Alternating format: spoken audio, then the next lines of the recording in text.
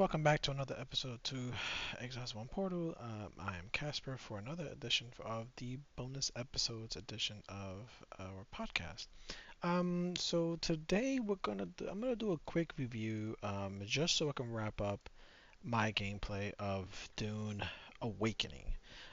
So we're gonna pretty much do a quick walkthrough of a quest, touch on some of my thoughts, and pretty much get you rolling if you're thinking about getting into it, if you're not planning, not sure whether to get it, invest in it, what to get into, and all that nitty gritty. Um, Feel free to leave a comments for any questions that you have. I'll do my best to answer them as thorough as possibly as part of this series. Um, I will probably not make another video unless something crazy happens in the end game that requires me to come in and I feel like it's cool and I'll record it for you all you guys. Otherwise, we'll probably be knee deep in Path as the leagues will be coming out in 2 or 3 days. Um, as of this recording, today is the 10th. Recording this, so this game has been out at least for 5, 6 days since the last Friday, I believe, last Thursday. The last recording that I released was of that initial release. This is the day after, I believe, that I'm recording now. So at this point, I am now pretty much what you would consider mid game. Seems like aluminum tier is considered mid game. I have not reached end game yet. As you can see, these areas are the places I've discovered and gotten stuff, while the gray areas I have pretty much ignored and not have gone in. This is the area you kind of start off. This is the intermediate area, and then once you get to this area, that's kind of where pretty much you end up until you go into the PvP area, which is the next stage of the game. PvP area is essentially the uh, what you would consider an end game and stuff like that. So, uh, what are my initial thoughts? Um, I give this game a strong 7.5 out of 10. I want to give it an 8 because it deserves an 8, but it is not. It's not. I don't find it fun. I don't find the game fun. It isn't because it's not fun. It's just that it doesn't feel like it does anything different than other survival games. The building, in my opinion, is very uninteresting. It's not unique. It's not. And I'm going here to do this quest, which will then lead me to what they would consider a dungeon. So I want to show you guys that. Um, they're following the lore of Dune to the letter, which is good. I think that they're doing it justice. I think that they're not skipping anything. The world is beautiful. It's brown. Don't get me wrong. It's brown. Everything's brown. Everything's sand. But they've gone out their way to really make it feel. And as you can see, I'm going into this cavern. I'm kind of just gliding in. You see the lights changing. Okay, I want to end up crashing. If you do end up touching stuff, your vehicle doesn't like just blow up, so it doesn't work that way. Just you collectively. Oh, I didn't bring no gas. I may not be able to get back. Um, you just end up. Is this here or is this up? I think it's up. I'm looking at the top of the UI. I'm seeing where it's telling me. Let's keep going up. Okay, keep going up. Up. So here. Okay, here. All right, so I'm just gonna land here, because get that ball of parking. Okay, so now you gotta be careful with this because when you land space like this, you see how they're shooting. You don't want to. I'm not gonna land there. Sure. Okay, let's land here. All right.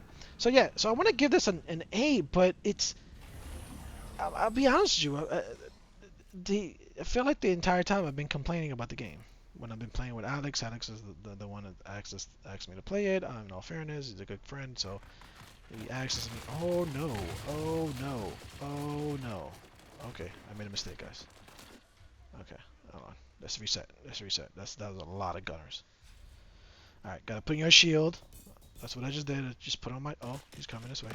Let's just go this way. I wasn't ready for this guy. Just oh shit. So yes, I want to give it an 8, but it's not necessarily the most fun game to play. The gameplay though, it's on point.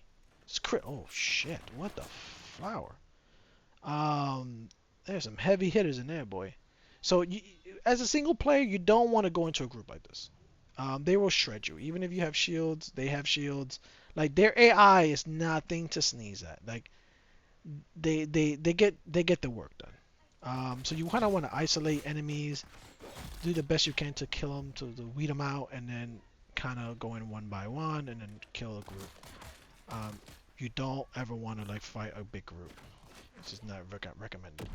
So the combat I feel like is beautiful. The environments I think are built beautiful.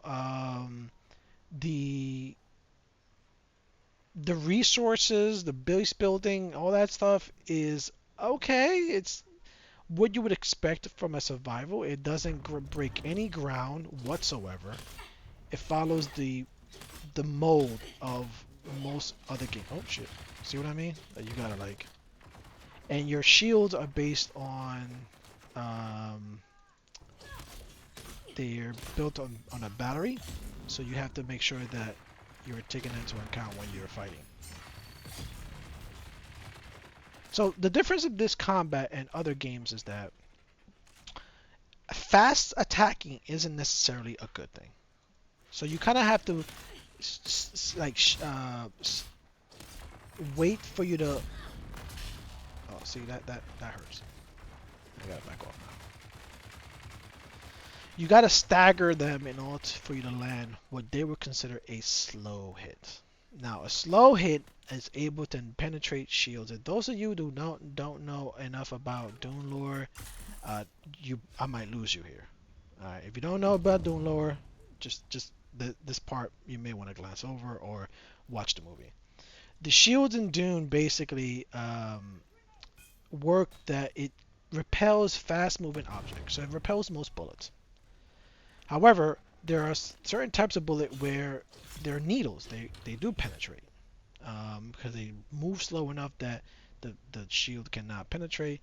So the objective of the game is basically to stagger a person in order to really be able to land a slow hit enough to penetrate their shields and actually kill them. However, some of these enemies are beefy, okay? Their shields are beefy. So oftentimes you can't just, 1, 2, 3 stagger them and then be able to kill them.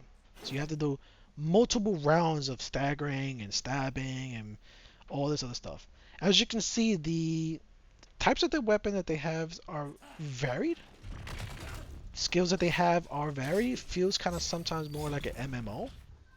Like I'll show you right now. The skills has all of the. Oh wait, I'm a sword master. Has all these. Oh shit! I'm getting shot. Oh shit! I like that knee to the face. I really do like that. So these are the things. But however, from my understanding is that you can unlock all these at the same time. Just if you spend enough time collecting all the intel gives you research, levels gives you skill points. I don't know what the max level is. Never really asked. I never explored that. But you can pretty much crisscross match and make your own archetype of a build and the way you want to play. So in that sense, it's very much an MMO, and they do a pretty good job at it. And it feels good. It doesn't feel like you think once you are putting points at your skill points, you can feel the power creep. It isn't like Path. It's not like that at all. But I do give them at least that. I give them that benefit of doubt that you do feel somewhat you getting stronger as you're leveling up. But only when you're allocating the skill points. Otherwise, you're not gonna feel it at all. Just. Oh shit. Okay. See this guy. This guy is beefy. So you gotta like wait for your stamina to recover. And there's ways to get more stamina, skill points that you can allocate. But I'm not that not well versed in the game itself to know all that. Um, I've been mostly playing with Alex, and Alex has been carrying me for most of the survival part of this game. So we've been base building a lot. He's been doing a lot of that stuff as far as technology is concerned. I've been just kind of leveling up, exploring the game, and doing those things. So again, as of game itself, I think it's a well-made game. I think that they have taken a lot of time into making the game. As a survival game, oh wait, I'm at the wrong place. That's why, guys. See, I'm at the wrong place. So like, I'm like, look, wait, where's the hell? I thought this was supposed to be a dungeon. Like, what's going on here? Where's my? Where did I put my ship? Oh, I put it away. Hold on. You can only do this with basic tier vehicles. For advanced tier vehicles, you cannot put it away like this. So those of you who are wondering, like, hey, how come you could do that? It's not as easy to cheese the game as it is. They thought about a lot of different things as far as the PvP is concerned and how to interact. The worms are cool. They're a little, easy to avoid. They're not necessarily the most smartest. They just mostly feel like a nuisance, almost like a zombie survival game, where the enemy isn't necessarily threatening. It's just mostly a nuisance that you have to be aware of as you navigate the world. Um, the base building isn't necessarily the most difficult to get into, only because as long as you understand that it has to have a certain criteria of, uh, you know, uh, shielding and all that stuff to protect you from the elements, and make sure that you pay your taxes, because this game does definitely have a tax system in which helps the developer manage people who just come in and play for a little bit and then build gigantic bases and then never come back. So taxes is a way for them to kind of so if you're not paying your taxes, basically the sand will eventually destroy your base. Then other players can go in and build in your situation. Um, so basically, your land claim is tied to the tax system of the game, of the universe. Um, so essentially, what I'm doing right now is basically doing this quest for the Astrades quest line. Is in order to become more aligned with them, gain more access to their gear, their faction bonuses. We have chosen to go with Astrades. No particular reason, it's just we find that their building style is a little more attractive. Harkonnen is more just darks and grays and just like, oh, look at us, we're cool. It's mostly a vain reason. Um, so yeah, so um, again, I gave Alex a hard time with the game only because again, I'm not necessarily impressed with the survival aspect of it. It doesn't feel very. It feels like and but it is mandatory though. You have to craft. You have to. Everything is craftable, and that's the way of progressing. So it's not like it's a just well, this is an optional thing to do. Like you must do it. It just kind of feels like okay. It doesn't.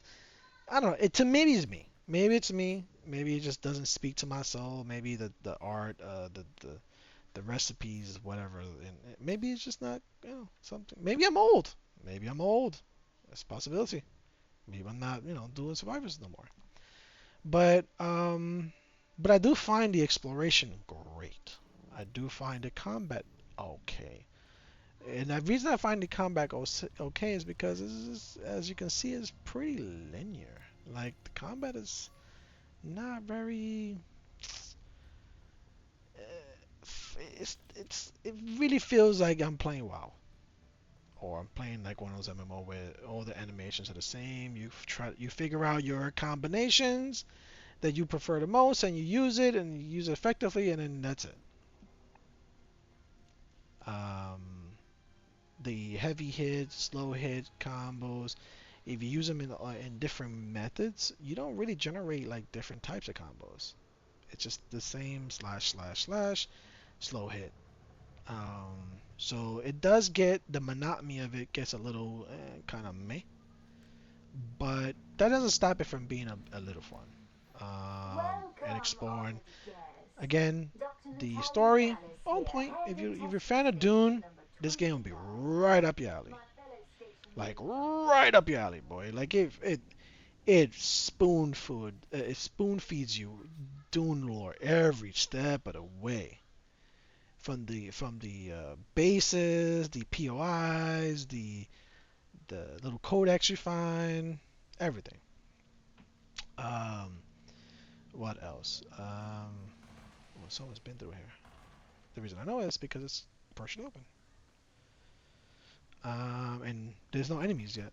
So dungeons are public areas. So basically, anyone else can come in behind you and basically just take advantage of the fact you clear all the enemies. Enemies take about 10 to 20 minutes to spawn. They spawn relatively quick. They don't take too long. But I'm sure that by the time I get to the end of this not corridor, the end of this dungeon, and it's time for me to leave, most of the enemies will probably be back running. Um, so this means that I can't enter. I gotta find the bracelets I want to for me to go in. So that's kind of what I'm doing right now. That's a player. See, so he must be going in front of me, basically killing everything. Water, water, water, water. Everything's water now. Everything you gotta drink all the water you find. Make sure, cause other than you don't really starve. This game is not about cooking. It's not a game about there's spice foods that basically give you power ups, but no one cares about that. And these are the bracelets you find. Um, in this game, it's all about water. Making sure you have enough water. Making sure that you're producing enough water, that your base has enough water, and basically water. That's pretty much the survival aspect of this. And then everything, the sandstorms pretty much destroy everything. That's another part of the survival. Like you got to make sure all this stuff is protected, it's undercover, it's like shielded. Otherwise, one sandstorm can destroy like hours of work, and I mean hours. It does not. Is not even a joke. Um, and Alex knew that firsthand once he played in the beta, so he kind of already knew like, okay, you can't mess around, can't take chances. You gotta make sure everything's protected. So we knew that offhand when we first started. He told me about it. Um, but yeah, like so overall, like the game, is it worth what they're charging for it? I'd say so. I'd say so. I'd say it's worth it. I don't think they went cheap on the voiceovers. I don't think they went cheap on the environment building, as you can see. It's well made, man. Like they took their time with it.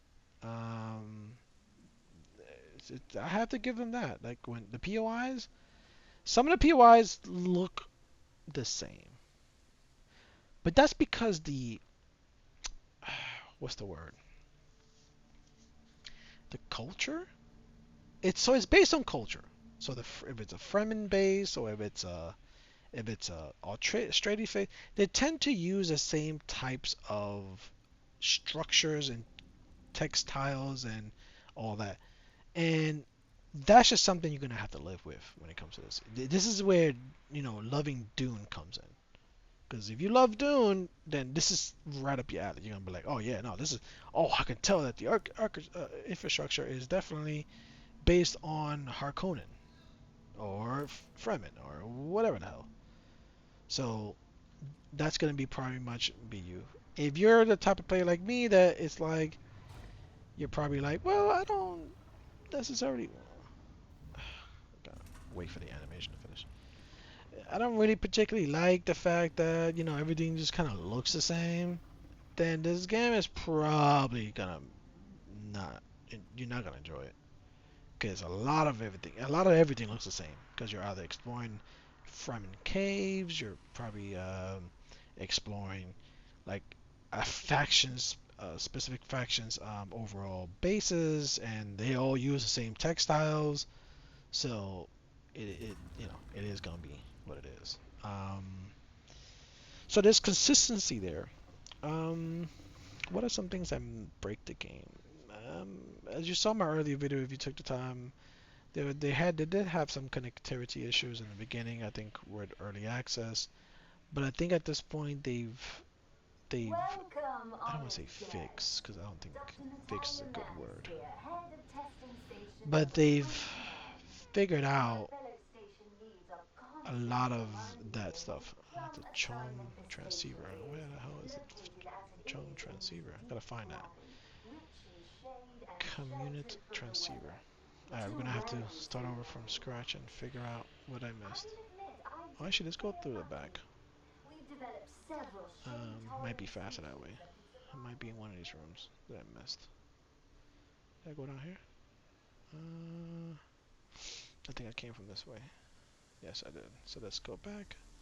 Um, as you can see, finding quest markers is not necessarily the easiest in the world.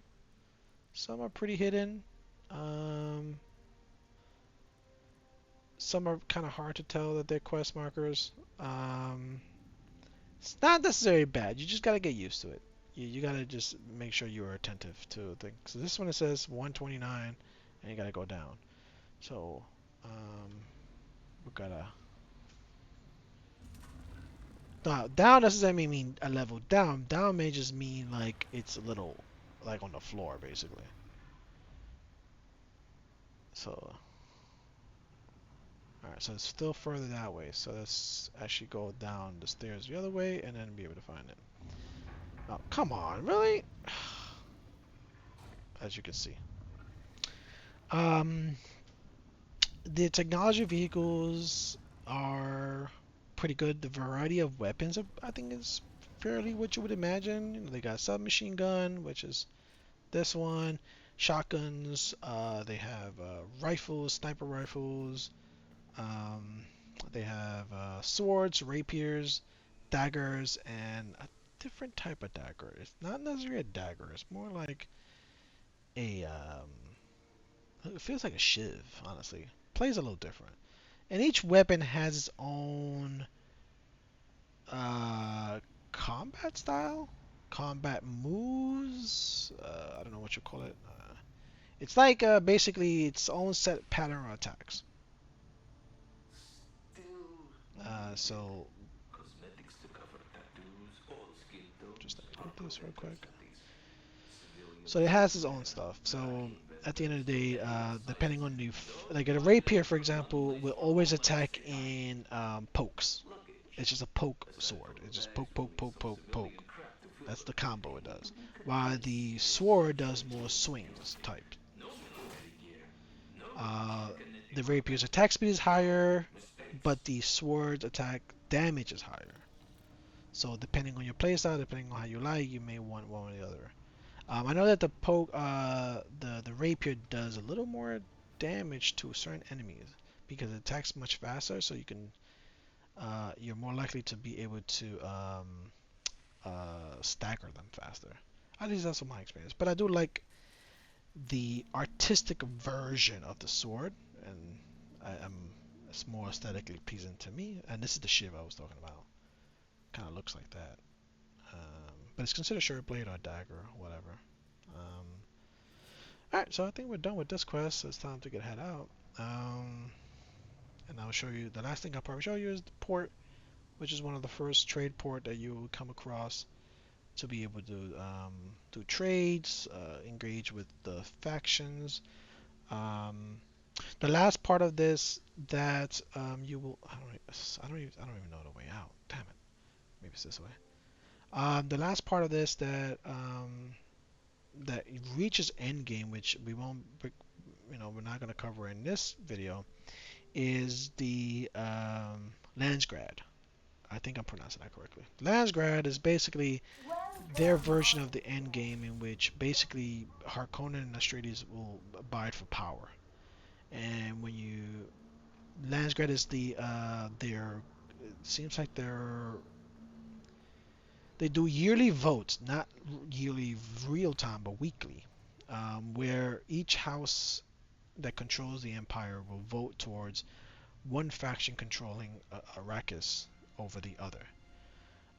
What this causes is basically that the faction who wins the Arrakis gets bonuses that will allow them to basically power themselves up more. Sometimes it's minute, sometimes it's really big, sometimes it's like, for example, the amount of materials you need to make certain things will be decreased. Sometimes it's just more damage, less damage. You know what I mean? Well, not never less damage, never a negative thing.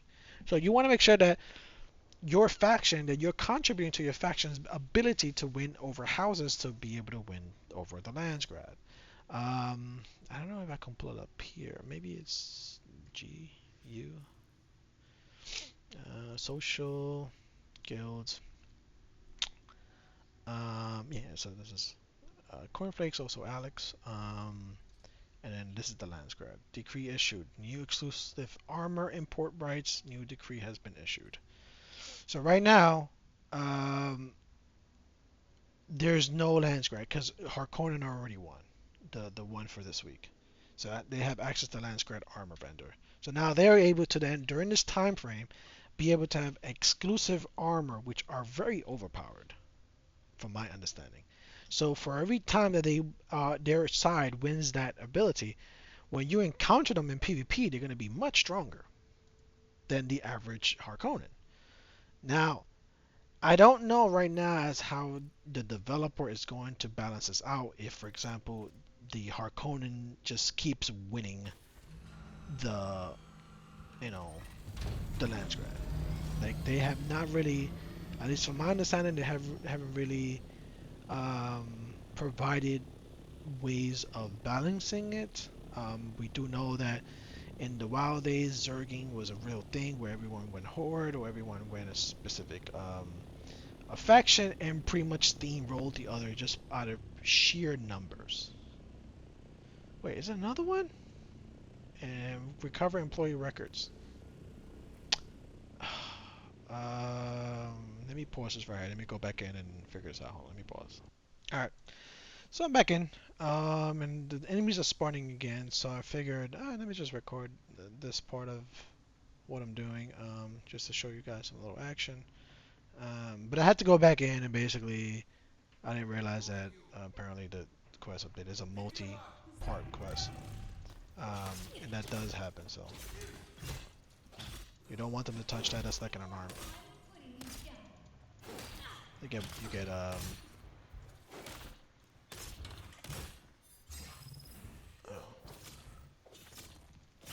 oh, fuck. Oh, see, that fucking hurts.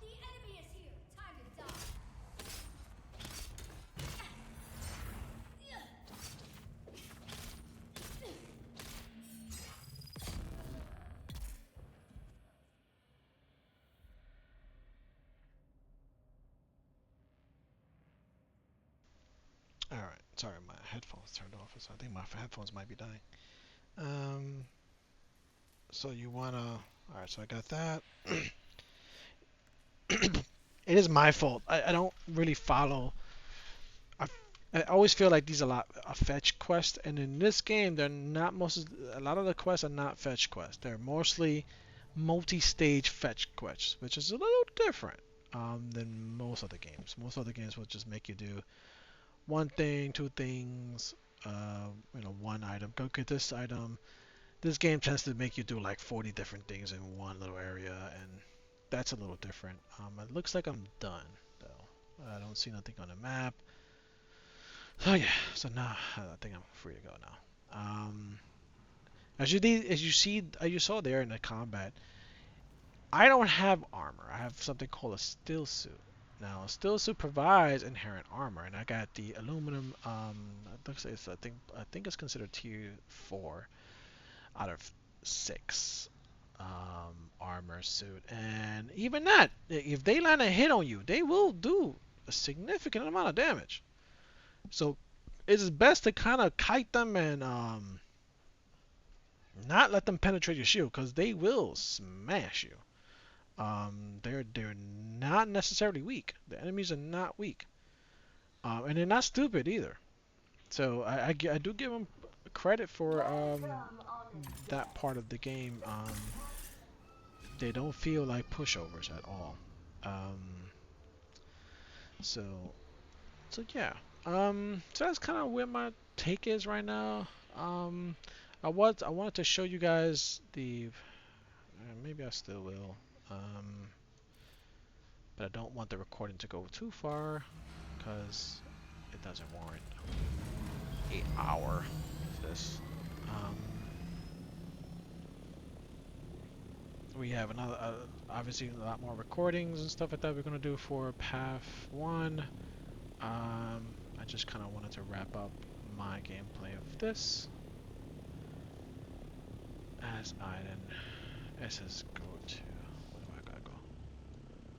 Okay, I gotta go over here. Just mark it on my map so I can see it. That way. So I guess I'll show you guys this example of the map size. Everywhere is pretty much explorable. Whether or not it's worth going there, I can't make that determination for you. But there is always something to look at, something to find, someone to kill, something to loot in every part of the map. Whether or not, and as you can see, a lot of the camps are spread out, show you. Um, there are some hidden spaces that are not shown on the map. Um, I've been told, what the fuck? What's that? Spaceship? What the? That was weird, dude. Oh, it looked like the spaceship took off into space. There are other NPCs that patrol the area that work for the Imperium, and if they catch you, they will kill you. The story is based on the fact that you are an outlaw. You are not supposed to be on Arrakis. You're supposed to be a slave, basically, and part of the circumstances. What the fuck? Oh, that's a worm. Yeah, see that vibration? Vibration means that the worm is really close to you. So maybe it's heard me? I don't think it would. It's right there. If it pops, it'd be nice if it pops, so you can see it. Let's follow it. Let's see if it pops.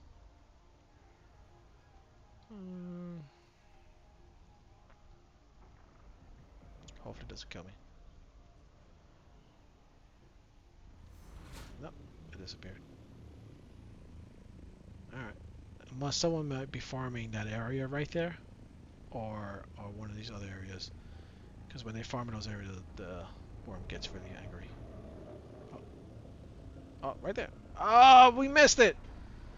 Ah! Alright, we caught the second half, I guess, of the pop. Um, let's see if it does again.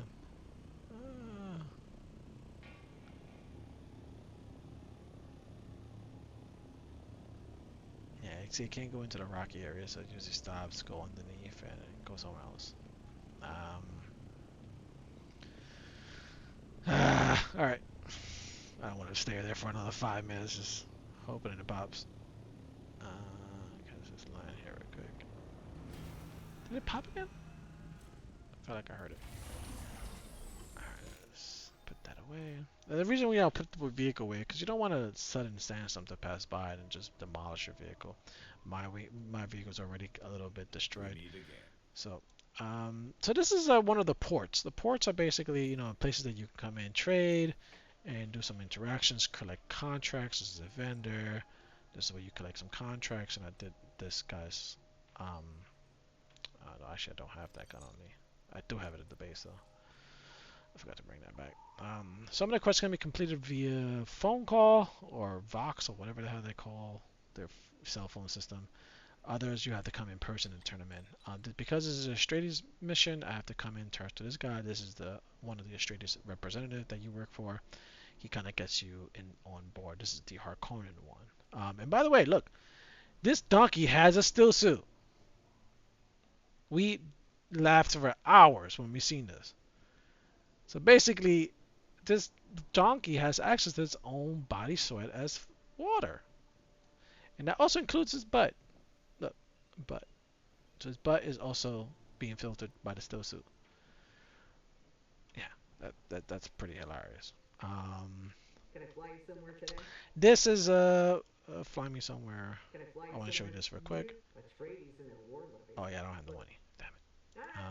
But basically, this gives you access to other areas of the world. So other area, other. So this is Haga Basin. This is where most of the gameplay takes place. But that will connect you to other areas of the map. So other area, the towns, other cities, to do more trading, more. I forgot to turn on my quest. We made it And here. it's cool. You can also access it just not Fantastic. just by that. You can Let's also see what just we take found your out. vehicle. You can't take your land vehicle. Yes, You have to take a this flying is it. vehicle in order to get to some of the areas. So The I can do ethereal that right now crystal with on my the rift. my little Now the work. helicopter looking Commendable. thing, and be able to go with the others. As long as you have fuel, you have food, and all that stuff, and you don't have to worry about dying of thirst. They're a little I didn't lenient think on so. We're still that sifting through process. data, but Katrina was So let's correct. kind of She's a skip missing through this. I thread want I to know what mentioned. happened then. At this point, my superiors Um, have let's been monitoring Katrina. Someone less official. Based on the okay. brief, my superiors didn't seem at all surprised. Yes, All right. of Accept course. contract. I guess I I gotta go kill eagerly this await chick. do whatever it takes to convince Katrina to return. Our Okay, gotta paths convince her, never aka kill diverge. her. I need him. Thank you. All right. Maybe not. They're not as Shadies are not known to be that kind of that kind of. They're more just like we get along to get along kind of thing. All right, so I'm probably gonna end the recording here. Uh, but yeah, that's kind of my overall thoughts and views on Dune Awakening. Um, Again, if you're very deep and heavy into the lore of the game, I would recommend it. The game is not gonna disappoint you when it comes to that. Gameplay, mechanics, all that stuff are lore accurate. Um, why am I kind of doing that funny face? Um, The customizations are going to come a little later. There's some free ones right now, but I'm assuming they're going to add a lot more. Right now it's a little bare bones. The quest system is not the most intuitive, to be super honest. But they teach you a lot about the game. So if you follow them, they're going to teach you a lot of games. A lot of these I have skipped basically because it just didn't seem necessary. 200 XP to do all this, and it's like 30 minutes, 40 minutes of gameplay. Um, The but some of them are necessary. Some of them are like basically faction based. See these two. Um, some of them are based on classes. So some of these are classes. Some of these are side quests, codex, and then tutorials. So this is just more prompts for you to understand how to play the game. But yeah, that's my review. Hopefully you guys want to play Dune. If you want to check it out, download it with a friend. I highly recommend it. This is not necessarily a single player game. You can, you'll be fine, but helps if you have friends. It helps immensely if you have friends. Um, which especially with farming and all that stuff. So keep that in mind. If not, I'll see you guys in the next episode. Thank you so much for listening. Hit subscribe to support the channel and to see more of these reviews. We are getting better every day, every year, every moment, every episode that we make. Thank you so much and have a wonderful day.